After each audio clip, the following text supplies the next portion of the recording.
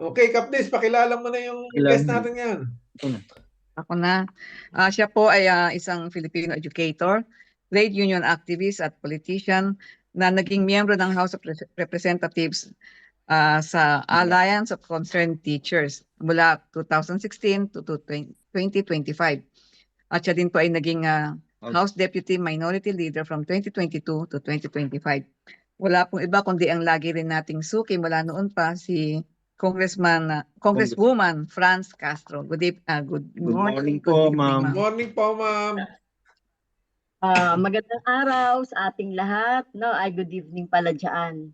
At dito sa atin dito sa Pilipinas ay anong oras na? Alas 3:25. Oo. Baka may marinig kaming tilaok ng manok Nice to be back. Nice to be back dito Opo, sa na-miss namin kayo. Na-miss namin kayo, ma'am. Ma'am, Yes. kamusta na po kayo? Well, mabuti as co-chairperson ng Makabayan. So ino-oversee natin lahat ng mga activity ginagawa ng ating mga party list under the Makabayan Coalition.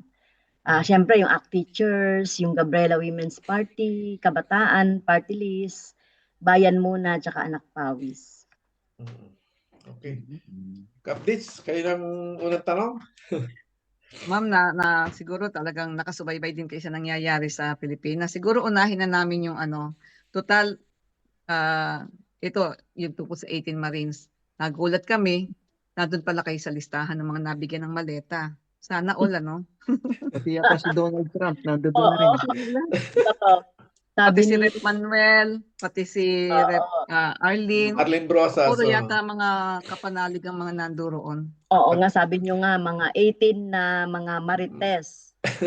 So, hindi naman kami, ako personally, hindi naman ako nagulat dahil iba binanggit na yan sa nakaraan, no? Months ago, no? Lumabas na yung 18 Marines na yan. At kasama rin ako sa listahan, kasama ni Rep Brosas, tsaka ni Rep Manuel. So, hindi na tayo nagtaka dyan. Ito, tingin natin ay, tingnan natin yung credibility nitong kanilang inilabas na naman kanina, no, na affidavit. Kung mapapansin ninyo, nag-iba yung listahan nila noong sinasangkot nila sa anomalya ng flood control, no? Supposedly, kasi puro sinasabi nila, no? Puro mga conjectures, vague insinuations, tsaka outright lies itong mga pinagsasabi ng mga ito. So halimbawa, nasa listahan nila noon si Go, si Loren Legarda, si Villar, si Mark Villar. So ngayon ay wala na, no? Nagdagdag pa sila ng mga katulad ni Terry Ridon, si Tito Soto, si Erwin Tulfo.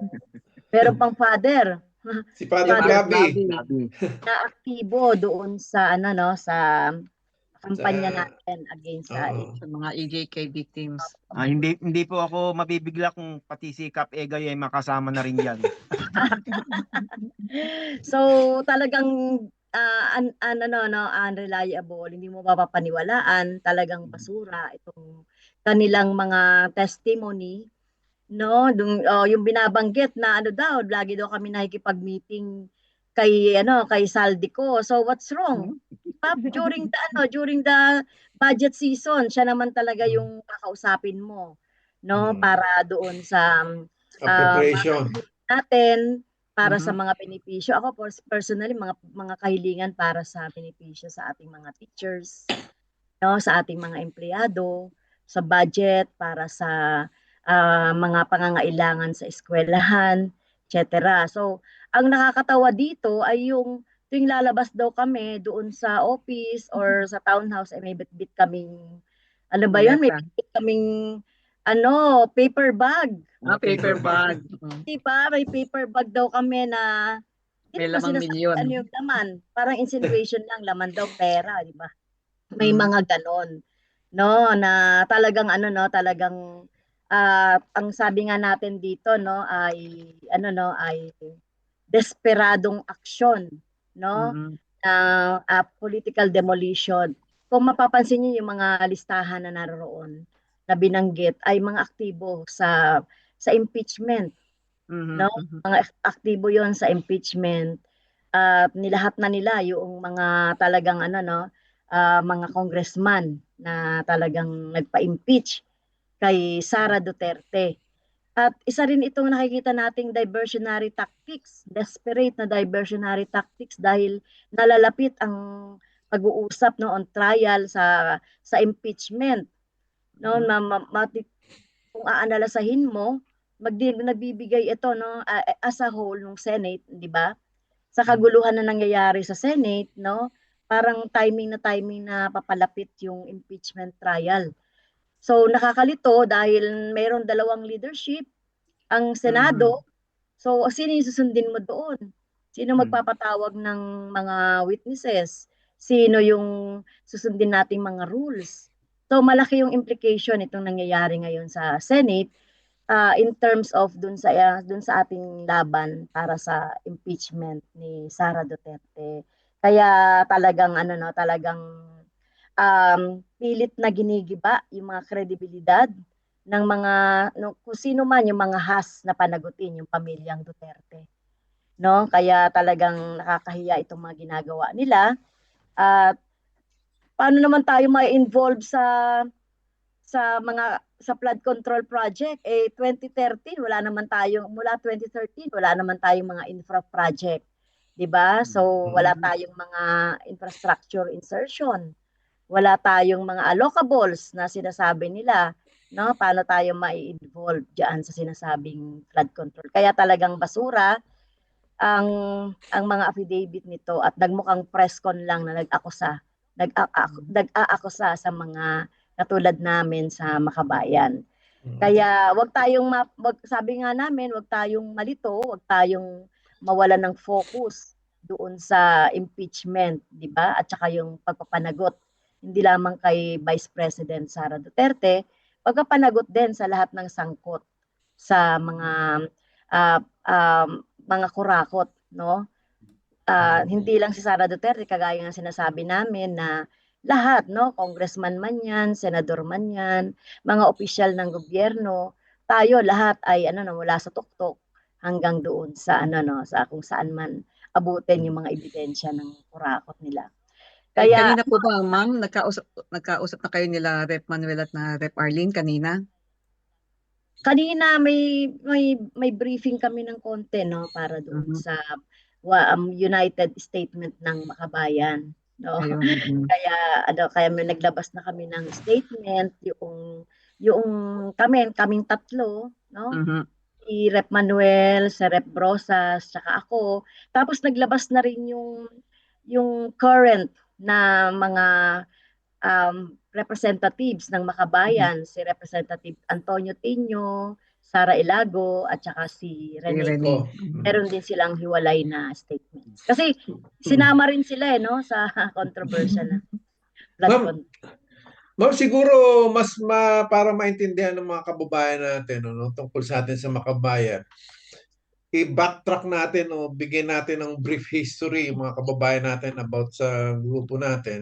So kung titingnan natin, nung pumasok tayo noong 2001 no, bilang party list, no, that time, unang-unang mga party list member natin, isabayan muna yung party ngayon, si Cabel, si Kalisa Masa, tsaka si Casatur, no? So panahon ni Gloria yon, no, nung 2001, and then nung kagaya nga lang nabanggit nyo kanina, 2013 pa lang, wala nang binibigay sa atin na allocables o PDAC man yan, Priority Development Assistance Fund, o whatsoever kung ano man tawag dun sa pork barrel, no, na tinatawag. So, pwede ba natin ipaliwanag, ma'am, yung from 2001 to 2013, ano yung sitwasyon naman kasi, di ba, pagka alam naman ng mga kababayan natin na tayo sa Makabayan, sabi nga nila lagi, wala namang mabuting presidente sa inyo, lahat ng presidente kinalaban nyo. Sabi, di ba? Kita naman natin, yung lahat naman ng presidente, puro anti-people, walang ginagawang maganda sa taong bayan, ba't hindi natin kakalabanin? So, ang punto ko doon, ma'am, paano natin papaliwanag na Doon pa lang, pagka hindi natin kasundo yung presidente, naturally, yung appropriation sa ano niya sa Kongreso, hindi rin natin kasundo, hindi ka bibigyan talaga ng budget. So, asan yung kinukuha nilang mabibigyan ka ng budget kung hindi mo kasundo yung administrasyon? Tama po ba, ma'am? Well, totoo yun, Guy, no? Ang Makabayan, hindi tayo nag-a-avail talaga ng infra. Pero before 2013 na na-declare na Illegal. unconstitutional, Oh, illegal yung pork PDAP, barrel. yung pork barrel. Dati, parang meron yung nag-allocate sila ng infra Oh, per per congressman. At congressman at nangyayari din senator. naman na ngayon yun, di ba? Yung sinasabing allocables. Mm. So, ako naalala ko nung 2010, meron tayong mga infra sa mga schools. Nakapagpatayo tayo ng mga multipurpose na mga paaralan. Pero hindi tayo na-involve doon sa mga corruption, no? Talagang ibinigay ng tama yung kung ano man yung pangangailangan. Ganon din yung iba nating mga party list noon. Pero simula nung na-declare na unconstitutional nga, no, yung PDAF, no, yung pag-allocate sa mga congressman ng certain amount of budget para sa mga infra, ay hindi na tayo yan nag-avail. Kasi whether honest ka man o hindi, di ba, pag meron kang ganyan ay mapapagkamalan ka. Kasi parang meron yung mga SOP na tinatawag nila, no? Whether you like it or not, parang may mga ganyan. Kaya iwas tayo sa mga ganyan na mga budget. At yun nga, no, na mula sa PDAF, tapos nag-CDF, tapos ano pa ba yung ginagawa ngayon? Ang pinaka-brutal na ginagawa, no, yung syempre yung pag-insert ng budget at panagagawa yung budget ay parang meron ng mga kickback o may ibinibigay na kickback sa mga tiwali na mga mambabatas at opisyal ng gobyerno. So yan ay nangyayari ngayon. So ayun, napunta na tayo dun sa flood control project na trillion yan sa loob ng sa loob ng ilang taon. Nag-allocate na ng halos na more than 1 trillion, no? Tapos nakita naman natin kung saan napunta. May mga ghost projects, no? May mga advance na sinasabi, yung mga mali-maleta daw na ibinigay, no? Pero siyempre wala tayong ganon, no? Wala yung Makabayan sa ganon. Kaya paano naman nila masasabi na meron tayong o mga o karton, ano ba yun, eco bag man yan or whatever. Yung bag ay nakakatawa yan. Kaya hindi natin yan tinatanggi natin yan. Updates, Kapjin. Ito palang maleta, kumikitang kabuhayan ng sa dami ng mga nabigyan ng maleta, ng mali-maletang pera. Nabuhay yung industriya ng paggawa ng maleta. Nagbumang factory. Patulong sa ekonomiya. Pero hindi naman isusuli na yun, di ba? Oo, parang unbelievable din, parang sinasabi na more than 800 billion sa mga mali-maleta na yan. No, kung kukwentahin mo, pagde-distribute lang ng mga maleta na yan, it would take years doon, no? Kaya talagang hindi siya kapani-paniwala. So, syempre sa Makabayan, sinasabi natin na talagang ito ay talagang tinatry talaga nila, no, na tanggalin yung credibility natin para dun sa pagsusulong natin ng impeachment. Nanguna pa nga ako dun sa listahan ngayon, kaya talagang nakakatawa ng mga ginagawa. Pero parang nabaligtad po yata, ma'am, dahil sa kulang sila sa research. Parang sila yung nawalan ng kredibilidad Yes, at hindi natin paniwala kinikilala yung kanilang mga kwento. Totoo, Jean. Hindi natin kinikilala yung naganap kanina, no, na trial, no? Hindi natin kinikilala yung affidavit o yung nilabas na pagmamarites na mga Marines, na dating mga Marines daw. Yon. So, yon. Ayun nga. Pero Kanina, meron sige akong ka. nasagap kanina na parang daw nagkakaonsihan yata do sa talent pin ng mga Marites kaya mukhang may puputok. Oo. Mukhang may puputok Ganon. na balita. Oo, kasi sabi ng isa, each Parang daw ay na-11, nabigyan ng oh. 5 million pesos. Oo. Sabi ng isa, kung meron kaming 5 million pesos, sana medyo na sila, nakakaluwag-luwag na. Yung isa yata namatayan pa ng kapatid. May sakit. O may may ganyan na, no? I hope, kasi binulgar yan ni NBI Director, Matibag. Opo. So, isa rin niyang patunay kung totoo yan na talagang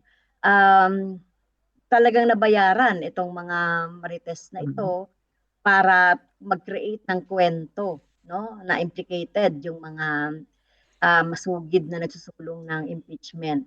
Kaya titignan natin yan sa mga susunod na araw. Sa June 8, nagpapatawag ng hearing. Mukhang inimbitahan itong 18 na Marines na ito. Si Erwin Turfo, nagpatawag siya sa magigisa yung mga iyan. at itong binulgar ni NBI Director, no, tungkol sa 5 million na suhol or bribe sa mga ito ay sana lumabas ang katotohanan. No, tayo naman ang interest naman natin ay katotohanan at hustisya sa mamamayan. No, limpak-limpak na mga salapi yan na napunta sa anomalya, napunta lang sa bulsa ng iilan, samantalang ang sambayan ng Pilipino ay naghihirap, no? Kulang ng pondo sa mga social services, education, no, yung dapat nataasan ng sweldo ng ating mga teachers and employees. Tapos yung ating mga health workers, no? Kulang na pondo sa ating mga ospital. Kung talagang napunta lang yan sa tama, no, mapunta yan sa talagang social services, ay medyo magaan-gaan yung ating buhay dito sa Pilipinas. Kaso hindi patuloy pa rin talagang naghihirap at nagsusumikap ang marami nating kababayan na to have a greener pasture abroad, 'di ba? Kasi dito nga talagang ang gulo-gulo politically, economically, no? Kung hindi ka naghahanap buhay ang mag-asawa dito, hindi naghahanap buhay, talagang kapos na kapos. Kaya talagang ang priority ng gobyerno natin, ang mga prioridad ng gobyerno natin, hindi nakatuon direkta sa pangangailangan ng ating mga mamamayan. Kanina, yung may lumabas kanina dahil di ba sinama pati nila si ML Party List Laila de Lima. Sabi nila kasama sa nabigyan ng maleta, samantala alam naman ng lahat na ilang taon siya nakakulong, tapos noong 2025 lang siya naging party list. Tapos bukod doon, may sinama pa silang isang congressman, si Alvarez, na kasama raw sa nabigyan. And then, hindi nila, surprisingly, lumitaw si Alvarez doon at sinabi na, paano ako mapapasama dyan di ba yung sinabi niya na binasa niya yung text message nang galing sa isang staff yata ni Mike Defensor nang sasabing i-endorse mo to para sa impeachment ni BBM. Tapos nung hindi niya in-endorse, sinama siya sinama siya sa mga nabigyan ng maleta. Ano po masasabi niya ron? Kaya ayun nga, talagang nakakatawa, no? Ayan si Alvarez, well, nakakausap naman natin at alam naman natin yung political leaning niyan, di ba? PDP yan, no? Sa PDP laban yan, no? Ang partido niyan. At nag-abstain lang siya doon sa mga botohan, no? Tungkol sa impeachment, no? Ang boto niya yata at abstain, no? Doon sa committee. Tapos bumoto yata siya ng yes doon na sa last. Kaya talagang merong motibo talaga, no? Sa ayan, kakampiyan ng mga Duterte. Tapos itinawit, no? Kamag-anak ho ba yan ng dating speaker na Alvarez? Wala. Walang Alam relasyon. ko wala silang relasyon, no? So yun. Kaya ayan si Alvarez, sino pa ba? Siyempre si si Kong Laila de Lima, totoo naman na hindi Mhm. naman talaga siya, hindi mo mapapaniwala ang nabigyan ng maleta dahil during that time, di pa siya Hindi pa siya kongresista. congresswoman noon. Oo, kaya yung mga pagbabanggit ng mga pangalan yan ay talagang tuwirang paninira yan ng mga kredibilidad. Noon nga yung mga nagsusulungan ng impeachment at kredibilidad ng mga sumisigaw ng pagpapanagot sa sa mga Duterte. Doon po sa mga naghanda ng script, yung gumawa ng script at yung ang nakapagtataka ay, nawala ako. Yung naghanda ng script, bakit hindi nila naiayos na mabuti? Kumbaga sa Research, kulang sa research, mali-mali ang detalye, yung date, ganyan po. Tapos habang nagsasalita sila, alam mong hirap na hirap silang ipahayag ito. Kaya pati si Marcoleta nagdidikta na kung anong dapat nilang Oo. sabihin. Yes, tama ka doon, Ditz, no? Na utal-utal yung mga iba doon at siguro pag ang kung objective lang yung magtatanong sa mga yan, talagang walang isasagot yung mga yan. I mean, talagang mauutal-utal yan at magkakabuhol-buhol, no? Yung kanilang sasabihin. So, biro mo ba naman, paglabas, katulad namin, paglabas daw namin sa opisina, ay may dala-dala na kaming paper bag, no? Hindi naman nila dalang din diretsa kung pera ba yon or whatever, puro mga insinuation lang, vague na mga insinuation. So, ano yung paper bag na yun? So Sabi sa nga harap namin, ni Marcoleta, kanina nga naano na nagtatawanan sila kami. Nagtatawanan kami, sabi nga, habang nanonood kayo. bakit? Sabi nga namin, hindi ba muna sinaron na pagkain? Pera agad? O insinuation na pera agad? Hindi, kaya isipin na lang natin, sa harap ni Marcoleta, ganun na silang magsalita na para talagang hirap na hirap. Kaya lalo na kapag, Wala si Marcoleta. hindi, lalo na kapag Cross-examination na. yun cross-examination. sila dito Kasi, sa ibang magtatanong. yung mga questions nila, Alan Peter Cayetano, si Marcoleta, leading na mga questions. Opo. Yun, At yun, ganun. isa pa palang nabanggit doon na very distracting, no? Yung insinuation ni Alan Peter Cayetano tungkol sa Makabayan. Narinig nyo yung binabanggit niya na inciting to something, yung mga military, imbestigahan daw ang Makabayan, ang mga aktivista. So, ano yun, parang delikado yun na sinasabi niya na na imbestigahan kami ng mga aktivista at mga makabayan. At nag-insinuate siya ng something sa mga military. Kaya talagang in a subtle way of red tagging, no? Itong ginawa ni Alan Peter Cayetano at inaano natin yan, kinukundi na natin yung ganyang mga statement ni Senator Alan Peter Cayetano na hindi niya dapat ginagawa yon dahil ano yung tingin niya sa atin, may ginagawa bang mga illegal or whatever. Nakita naman niya yung record ng Makabayan sa buong panahon na nandoon ang Makabayan, talagang nagsusulong tayo ng mga karapatan, kagalingan ng ating mga marginalized sector na nire-represent ng bawat isa sa amin. Yun nga, si Cayetano kung France, kasi ako nagtaka dyan eh. Dalawang araw, nung panahon ni Gloria, napaka-staunch yan, napaka-kritiko niya ng Arroyo government, di ba? Pagka tiyatawag ko nga si Kong Teddy noon, sabi niya, ayan, si Alan yan, okay, dahil di ba, nung mo si first gentleman, si Arroyo, si Mike, binanata niya, di ba? Kumbaga, hindi siya natakot. Talagang, pero nakakapagtaka, biglang bumaliktad ng ano. Pero tingin niyo po sa diyan sa atin sa Pilipinas, wala ho ba kayong nahihiringan o naririnig na posibilidad na may tumawid pa ng bakod sa SB12 ngayon para matuldukan na yung pagmamarakulyo ni Cayetano? Meron kaming mga naririnig, no, na pwedeng tumawid sa majority. Majority na sila ngayon kasi, di ba? 10 yung grupo ni Alan Peter, tapos 12 ang Although sinasabi naman ni Chis Escudero wala pa rin siyang pinapanigan, no? Ginagampanan niya Yun lang nga, yun ang ano niya eh.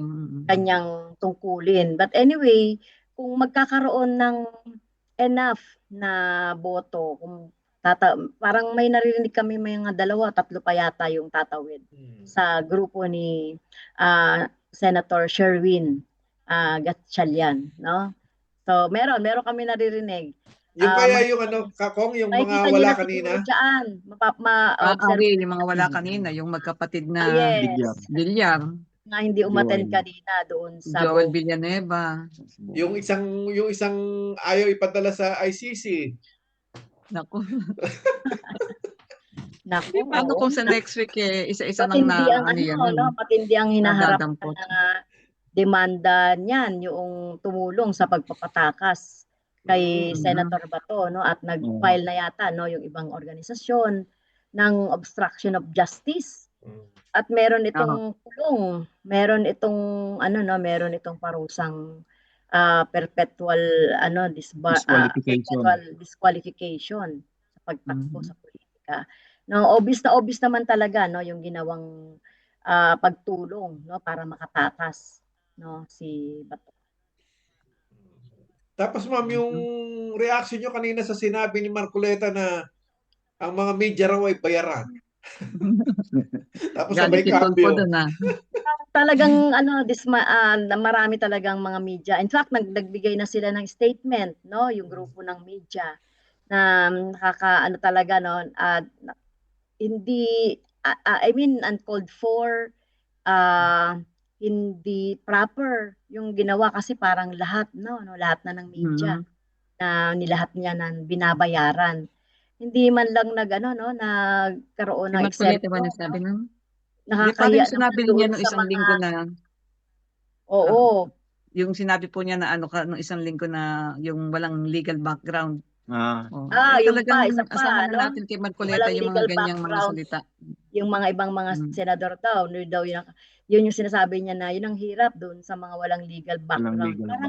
Parang ang galing-galing niya naman, no?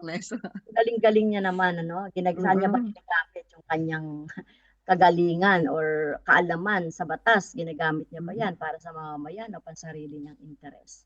No? Kaya nakakaya dun pala sa mga binanggit na lahat ng mga journalist.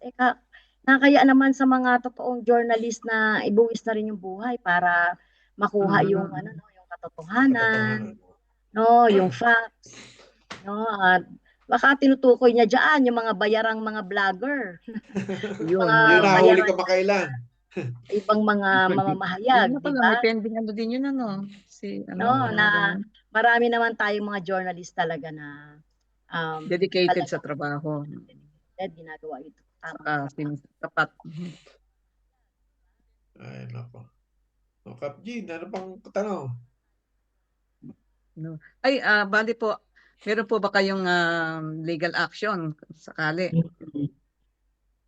Well, sa ngayon, pinag-aaralan pa natin yung action na gagawin natin diyan sa na ginawa nung 18 na Marites.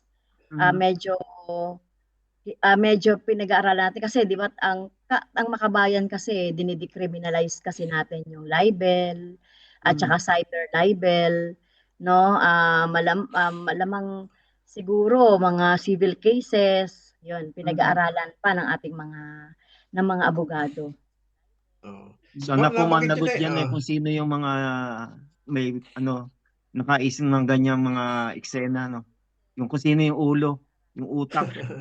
Yes, obvious naman kung sino yung talagang nagpopondo diyan at nagbigay ng mga disinformation, no, sirain ang kredibilidad, no, i-demolish yung mga talagang nagsasabi ng katotohanan, nag-expose ng anomalya, no, sa gobyerno. At syempre, kasabi ko nga kanina, desperadong tactics ito para i-divert ang isip ng mga mamamayang Pilipino doon sa nakatakdang impeachment trial. Talagang panggulo lang talaga ang ginawa nila. Panggulo talaga to. Makikreate na naman ito ng pagkakataon para kay Sara Duterte na dumulog ulit sa Supreme Court dahil nga sa kaguluhan na nangyayari diyan sa Senado. Hindi natin siguro masisisi yung 18 na Marites kasi pagka nagugutom ka at ikaw ay inalok ng malaking halaga, siguro tatanggapin mo kahit na anong trabaho. Dahil sa hirap ng buhay. Dahil sa hirap ng buhay. Kaya siguro yung dapat managot yung mga utak Yes, na. oo. Pero syempre, as a former mga dating nasa gobyerno, di ba? Makawala ka man sa ayan, mga Marines na yan, yung mga dating mga Marines. Syempre, nakita naman natin ang retirement niyan, yung pension niyan, kung ano yung current na sinusweldo ng mga nasa posisyon, ay ganun din sila. Di ba? Ang mga government employees nga nakukontento, no, at nakikipaglaban sa pagtaas ng sweldo at pagtaas ng mga pensyon.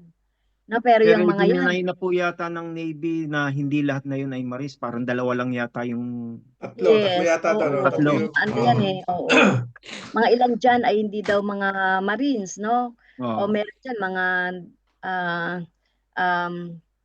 mga pinatalsik, no? Pinaalis sa serbisyo, no, dahil siguro sa maling ginagawa. So, hindi tayo naman Jean, 'di ba? Sana with highest integrity. Sino man 'yan, pinakamaliit na empleyado man 'yan hanggang sa presidente.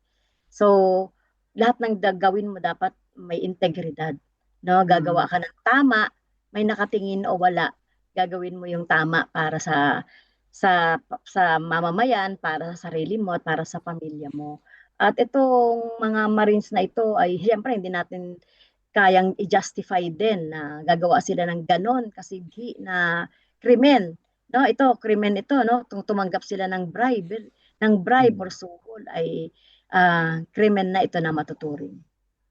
Ma'am, nabanggit niyo kanina yung sige, nabanggit niyo kanina yung decriminalization ng cyber libel at libel. Kasi siguro matatanong ng mga kababayan natin, bakit i-decriminalize? Kasi kung tutusin, yung libel at cyber libel, ginagamit nila sa mga kritiko nila, lalo na sa gobyerno. Pagka cyber libel ang katapat mo, medyo mabigat yun. Tapos, bakit tayo hindi natin magamit sa kanila? Ano yung paliwanag doon, ma'am? Ginagamit kasi yan para supilin ang freedom of expression. So pwede naman silang magamit. Halimbawa, yung kung nagsisinungaling, hindi nagsasabi ng totoo, yung mga civil case na perjury. Yung perjury kasi parang delikado na i-criminalize ito dahil nga sa napakaliit na ng pagitan nung sinasabi natin freedom of expression doon sa sinasabi nila na mga disinformation. Kaya talagang tayo sinisikap natin na ma-decriminalize. So mas natin siguro kung hindi nagsasabi ng totoo at ay perjury. No, at iba pang mga civil cases. Ma'am Franz, teka. Lagi na lang ako wala pag ako na magsasalita. Teka, ikaw muna, nawala ako. Sign of sign of wisdom. Naku ma'am, sobra na ang stress na talaga. Sign of wisdom. Nakabi-kabila na ang aking mga iniisip at sunod-sunod yung mga kaganapan May mga tanong yata na nagpo-flash. Mga pagbati po yung mga nandito sa atin. Hindi daw natin pagpapanalo doon ba sa UN, no? Sa Security Council. National Security Council. Kasi obvious naman na itong gobyernong ito ay talagang marami pa ring mga human rights violation.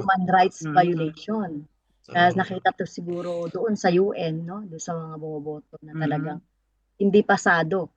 Kahit paano nakatutok sila sa Pilipinas sa mga nangyayari. Kaya ayun, naalala ko na ma'am. Kasi ganito po, ano po masasabi niyo ngayon na dahil bagsak nga ang trust ng tao sa Senado at ang umaani naman ng papuri ngayon ay ang House of Representatives. Ano po masasabi niyo ngayon sa galawan ngayon doon sa Kongreso? Well, siyempre, una-una, hindi magulo. no? Hindi gaanong magulo at sinusunod yung mga rules and proper decorum, no? Ito in-expel na nga si Barsaga, no? Si Eh nga Kiko. pala, anong reaction yun doon, ma'am?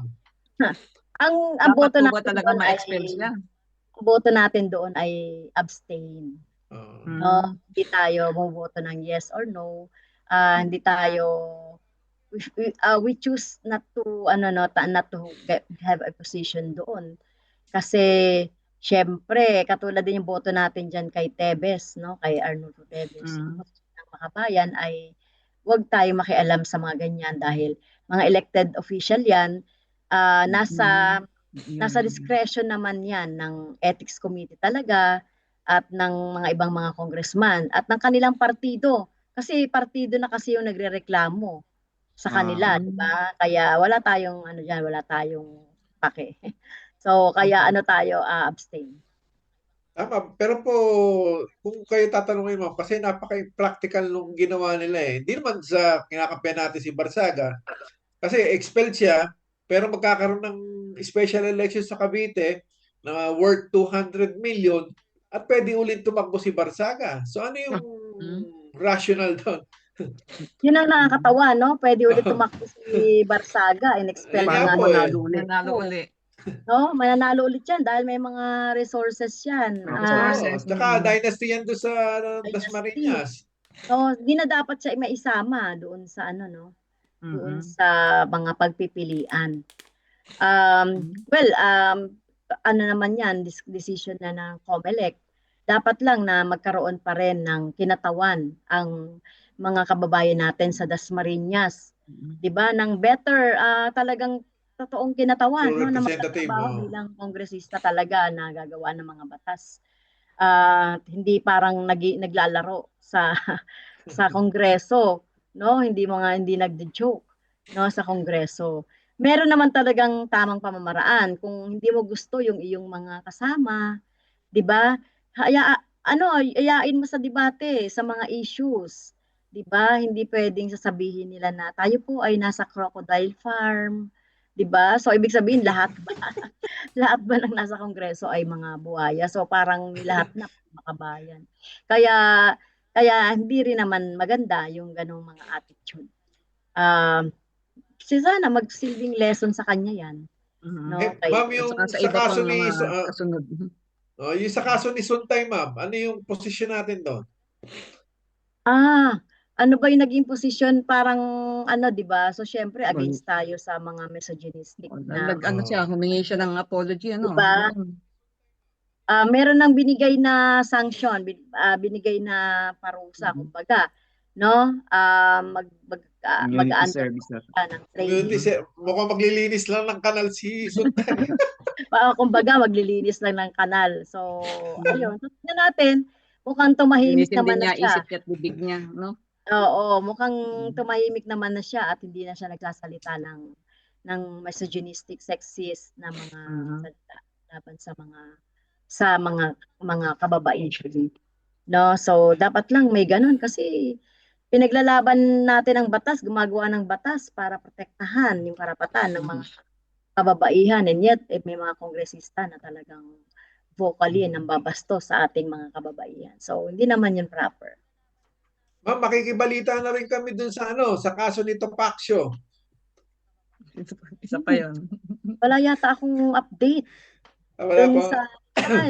Sa kaso ni Congresswoman Sara, Congressman Sara, no? Inano niya ng indirect contempt dahil indirect contempt. Hindi ko masyadong maintindihan yun, yung tungkol doon sa pagsasabi ng mga dahilan ng pagdi-disbar kay Topacio. So mukhang ongoing yata yung pag-aaral pa diyan ng Gabriela. Titignan natin kasi kung meron parang hindi pa yata natatanggap yung summon or sa Supreme Court, no, kung ano ba yung tawag doon para pasagutin si Congresswoman Sara Ilago. Yan. Babalik po tayo kay VP Sara. Di po ba isa kayo doon sa Makabayan Vlog na nagsulong ng mga kaso nung isang taon at na Siya nag-umpisa. Kaya nga, kaya sila nga eh. Tapos Tapos na-set aside ng 1 year dahil hindi nga sinunod yung forthwith. Ngayon po, ano pong masasabi niyo na eto na at magsisimula na ang trial? Parang ano na rin yan, parang tagumpay na rin yan dahil naisulong papunta sa Senado. Ano pong ano Yes. niyo So, doon? oo, initially, so syempre meron tayong partial victory doon, no? 2 beses nating napa-impeach yang si Sara Duterte. At At nadagdagan ito, pa yung bilang ng mga nag-ano, no? yes, oo, at ito nga magsisimula na yung trial. Kaya lang nga, no, nakita natin yung kanyang sagot. Gusto niyang ipa-dismiss yung impeachment Lahat ay complaint. gagawin talaga para Wala namang mapigilan. ganong usapan sa konstitusyon, wala namang ganong choice. Kailangan talaga mag-undergo ito ng trial para makita rin natin kung baka hindi naman makapagbigay siya ng testimony na magpapawalang sala para sa kanya, di ba? So, bakit hindi niya bigyan ng chance yung trial? No, hindi pa man nagsisimula, nakita na natin na pag-iwas ulit, utak pusit ulit, no? Di ba, totoo yung Pero sinabi ma'am, ko may na provision ba na pwedeng hindi siya humarap at mga abogado lang niyang haharap? pwede naman, no? Kung mga abogado niya Mainam lang sana ang humarap haharap. siya, no? Mainam, talaga na dapat humarap siya at pag binasahan siya ng complaint ay dapat nandoon siya. 'Di ba? At matapang siya sa pagsasalita sa media kung saan-saan. Pero sa pagharap ng kanyang trial ay hindi siya humaharap at gusto niya talagang iwasan, no? At dinadaan na naman tayo sa mga teknikalidad, no? Na sinasabi naman, nakita naman natin yung ginawa ng Committee on Justice kung gaano nila sinunod yung naging yung naging desisyon ng Supreme Court. At dun sa due process, yung tama, yung due process ay nasunod naman ng komite. Kaya yun na yung stage, no? At ito pa nga, no? Hindi naman din tayo nakakasiguro na makakakuha tayo ng 16 na mga senador na para ma-convict Yun, isa siya pa yun na ano. sa nangyayaring nakikita nating nangyayari sa Senado. So hopefully pag nagkaroon ng trial ay mabuksan yung katotohanan, mabuksan yung mga mata nitong mga nagbubulag-bulagan na mga senador, no? At nakikita natin na sana ay sumunod sila sa kagustuhan ng taong bayan na i-account or singilin sa accountability itong mga Duterte, itong si Sara Duterte. Ma'am, sa tansya niyo, ma'am, sa kasalukuyang bilang ngayon sa Senado, sa mga, lalo na sa mga nasa minority, wala kayang mga nakatagong Trojan horse sa mga yan? Na pagdating ng conviction, ng babaligtad at i-convict si Sara? Ano po tingin niyo doon? Ayan, pero dalawang side yan. Guy, no? Hindi pa rin tayo nakakasigurado. Kahit nga yung 12 na nasa grupo ni Gatchalian, di rin tayo nakakasigurado. No? Talagang sapalaran ng ano. Mahihirapan talaga sa Kaya 16. talagang mahalaga, Guy, no? Yung militansya, yung vigilant ng mga tao, no? During Yung the pulso ng trial. bayan dapat Magbabantay tayo, bantay impeachment tayo, na para maglinaw sa mga mamamayan kung ano yung mga nagaganap sa trial at maglinaw yung mga implikasyon, no, at mga effect nito sa mga mamamayan. Kaya ang Makabayan, mayroon din tayong pinaplano kasama ng ibang mga organisasyon na kumbaga bantay impeachment, no? Bantay impeachment. Kumbaga dito sa kaso ni Duterte Rodrigo sa ICC, yung Duterte panagutin. Tapos dito sa impeachment, maglulunsad din tayo ng kilusang masa, gano'n po. Oo, bantay impeachment tayo, magkakaroon din tayo ng ganyan, no? Maging vigilante ang mga mamamayan, militante, at hindi tayo nakikinig lang o nanonood lang, kailangan naglilinaw tayo ng mga nangyayari sa trial. Ma'am, ano sa tingin niyo kung sakaling si Sara Duterte ay hindi makonvict? Maglalabasan uli kaya ang mga tao at magkakaroon ng panibagong Well, malamang pwedeng mangyari yan, no? So, kung hindi magiging satisfied ang mga tao sa magiging kinalabasan ng impeachment, malamang lalabas ang mga tao sa kalsada no? At kung hindi man siya ma-convict, meron din siyang haharapin ng mga criminal cases. Alam Oo, ko, may iba pa may eh. mga Kaya wala siya nakasampa na ligtas eh. kaso sa ombudsman, di ba? May mga I mean may mga non-bailable na mga kaso na nakalagay doon. Napakabait nga kumbaga napakabait nitong administrasyong ito nga kay Sara Duterte. Dapat talaga noong 2023 pa lang ay nakasuhan na talaga yan ng ano no, ng grave threat, ng bribery. Baka may pinangahawakan kaya. Yeah. Well, yung political will kasi medyo mababa. Sino ba may hawak ng bit ngayon? Well, siguro bigyan natin ng konting i-refresh lang natin ng konti yung kasi kayo yung prime mover sa pagtuligsa kay Sara noon, di ba? Sa 19th Congress noon. So, kasi may sasabi kahit si Banat Bay, di ba? Tinanong si Sara. Sabi ni Banat Bay kay Sara, "Ma'am, hindi ba kayo nakaramdam na parang inano kayo na yung napainan doon sa 125 na Confidential Intelligence Fund?" Di ba sabi ni Sara tiwala raw siya, keso ganyan. Kumbaga ayaw niya lang aminin na talagang napasubo siya na ano. Tapos doon sa 2022 sa 125 dumaan yung 2023. Di ba po? Nung sa budget hearing ng 2023, di ba po pinatayan kayo ng mic ni Sandro Marcos? Pwede niyo po pakikwento ano yung mga senaryo doon? Bakit ganun yung ganun pa yung ano nila, yung trato nila kay Sara? Well, magkakampi pa sila noon, no? Ang Marcos at ang Duterte. Hindi natin alam yung mga internal na mga usapin nila, no? Talaga naging matindi ang galit ng mga Duterte kay Marcos. Well, hindi naman yan siguro pain at wala naman siguro yung objective kasi both yata hindi nila alam kung nasa gobyerno ka, I mean, itong confidential funds na wala sa budget. Alam mo yan dapat bilang attorney o bilang presidente. Alam mo dapat na kung wala yan sa budget ay hindi pwedeng ilabas yan. At hindi pwedeng maglabas mula sa contingency. Kasi may mga kanya-kanyang guidelines yan ng paggamit. Diba? Nahirapi na lang siguro itong si Sara Duterte kasi nung siya ay mayor, ay meron siya more than 400 million na mga intelligence fund na walang auditing, walang nagko-question. Ngayon dito sa national, dito sa national, maraming magko-question, lalo na kasama yan sa national budget. At diniretso niya pa, no, pati DepEd, na wala naman talagang mandato na magkaroon ng intelligence, magkaroon ng confidential funds ay nag-request din siya at pinayagan yan for 1 year, no, for 2023. So, kaya parang sabi ko nga, ignorance of the law ignorance of the law excuses no one.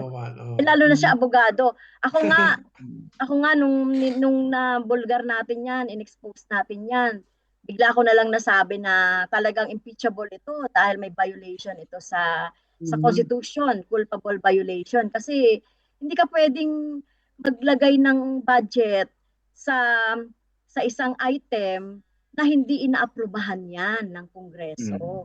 Kasi Kongreso lang talaga yung nag-a-approve ng budget eh. No, kung may savings man yan, yung yung presidente, yung merong pero subject pa yan doon sa mga rules. Kaya talagang, di ba, binabanggit nga ni Sara, ako lagi na as early as 2023, impeach na ako, ganun. Magkakampi pa sila noon eh. Di ba?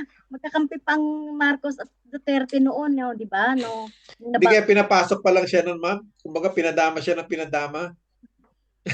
Well, di ko alam yan, wala tayo diyang private knowledge, no? Pruweba. So, yun. Ma'am, yung tungkol sa Commission on Audit na report, yung sa disallowance or, di ba? Di ba nung una, hinihingi nyo ay ibigay. Kailan binigay sa inyo? 2024 na. Merong 448 million na sinasabi na pinababalik. No? So, out of 612.5 million, 400 plus doon ay hindi tama yung paggamit, kaya pinababalik. So doon pa lang, di ba? Doon pa lang ay ano na, no? Hindi mo na Red flag na mapapagkatiwalaan, talaga, no? red flag na Betrayal of talaga. public trust talaga na nasa constitution natin na violation ni Sara Duterte. Okay. May tanong pa kayo, Kapdits? Wala na. At hanggat namin na Ano na lang siguro natin ng huling mensahe. mensahe niya lang, Ma'am Franz, sa mga Sa Pilipinong 18 nanonood Marites at ngayon. kay Tano at kay Marcoleta. Oo, sa ating mga kababayan, no? Magulo talaga ngayon, may political crisis talaga tayo ngayon dito, no? Magulo ang Senado dahil nga sa mga personal na mga inuuna ang mga personal na mga interes, power tripping, no? At syempre itong pagbigay nila ng pagkampi nila dito kay Sara Duterte at hindi talaga ma-distract talaga, no? May divert talaga ang attention nating mga mamamayan sa impeachment, no, trial ni Sara Duterte. Huwag tayong magpadala, no, malito.